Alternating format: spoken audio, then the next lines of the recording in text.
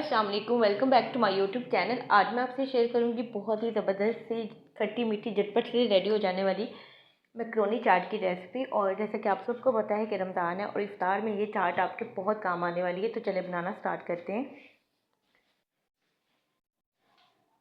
2 medium size के मैंने आलू यहाँ पर क्यूब की शक्ल में मैंने कट करके फिर मैंने इसे बॉईल कर लिया था। और तकरीबन 1 कप मैंने मैक्रोनी को बॉईल कर लिया। साथ ही मैं इसमें ऐड करूँगी,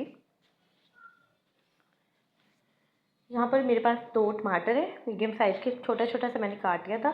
हाफ कप मैंने यहाँ पर बंद गोभी ली थी और एक लार्ज साइज़ का यहाँ पर मैंने प्याज लिया था और बिल्कुल बारीक सा काट लिया था। और थोड़ी सी इसमें मैंने ऐड की है, थोड़ा सा मैंने इसमें ऐड किया पुदीना। और इन तमाम चीज़ों को हम अच्छी तरह से मिक्स कर लेंगे। अगर आपके पास पुदीना नहीं है तो आप इसकी जगह पुदीने या धनिया की चटनी भी ऐड कर सकते हैं। अगर इनमें से कुछ भी नहीं है तो आप सिंपली जो धनिया होता है वो भी इसमें ऐड कर लें, अदरवाइज़ आप इसे स्किप भी कर सकते हैं।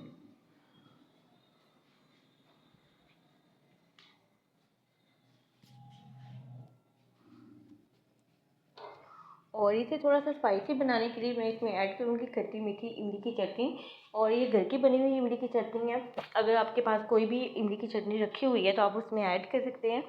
और अगर आप इमली की चटनी ऐड नहीं करना चाहते तो आप लेमन जूस भी इसमें ऐड कर सकते हैं। लेकिन जो परफेक्ट मैक्रोनी चाट होती है वो इमली की चटनी से ज़बरदस्त बनती है।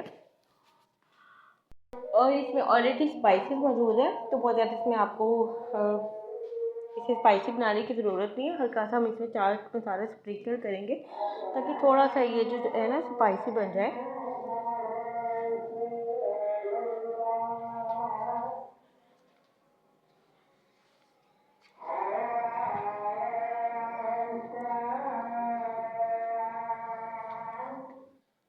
तो हमारी ज़बरदस्त सी मिनटों में बनने वाली मैक्रोनी चाट बन के रेडी हो गई है।